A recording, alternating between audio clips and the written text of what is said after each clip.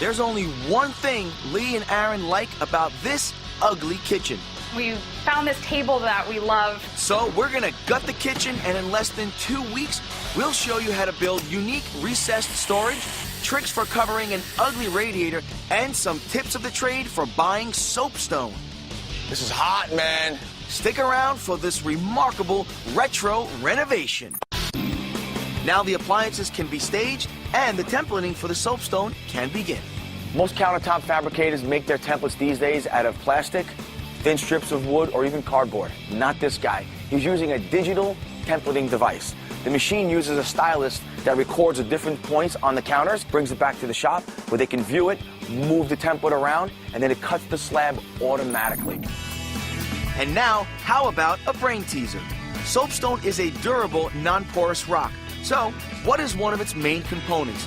Is it A, talc, B, marble, or C, quartz?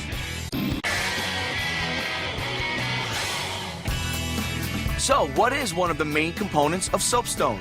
Well, if you answered A, talc, you are correct.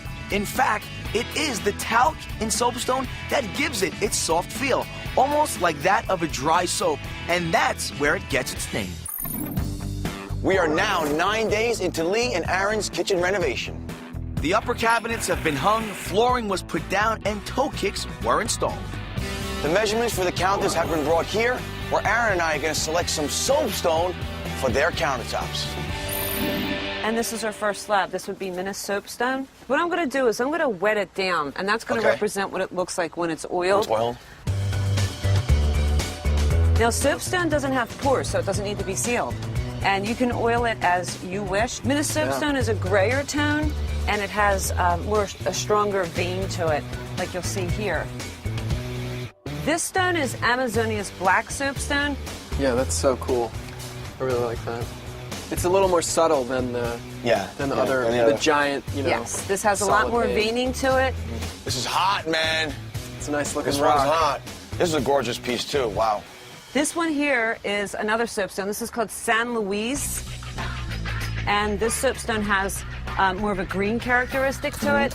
And it has a lot more movement, where the other one we were just looking at had veins. Right. I like this. A little bit rougher surface. It is. It's like textured. It does have a little texture to it. Is one of these surfaces better suited for a countertop than the other? When we're talking about soapstone, the properties are pretty much alike. This one's going to be a little harder. That's the Amazonia's black. The beauty of soapstone is if you should scratch it, you just oil it. Okay, so what are you feeling? I really like this one. I really just like it's not too loud, it's not too bold. Me too. All right, so let's go inside and see what this is going to look like with your template. Excellent. Call off the search. We found it. Our slab is moved inside, where a photo of it is taken and uploaded to a computer, and Aaron can choose the exact layout of his template. So that's the slab. Just came up? That is. That's your slab, and the way the screen works is it's literally split in two. Here's your slab we just took a picture of, and here's your digitized template. We can move our template around, and Aaron can pick which part of the slab he likes best.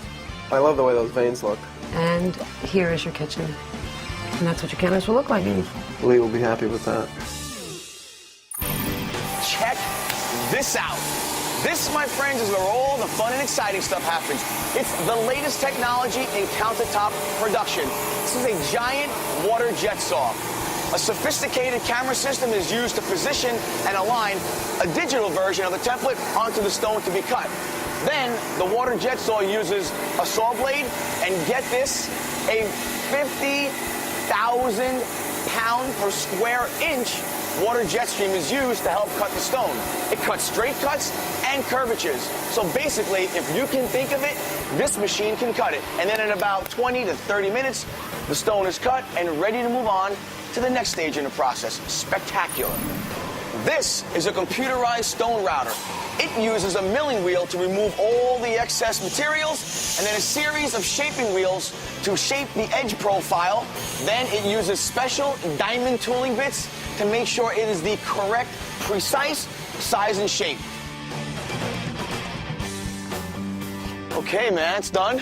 Are you happy? Definitely. Oh, I'm excited. The counters are delivered and carefully installed. A special color match epoxy is used to hide the seam between the slabs, and a bead of silicone keeps it in. Bravo. Oh, bravo. And done. And done. I'm glad that I got to do it personally. It's a key part. When everyone compliments it, then I'll be able to say that I did it. Good job. I'll give you credit. Good job. We're done with this. All right. Give me some credit. Yeah. Oh, Mark was here too. Yeah, he sort of helped. cut something. He helped. And you'll never believe how it all comes together when we add our bold kitchen appliances.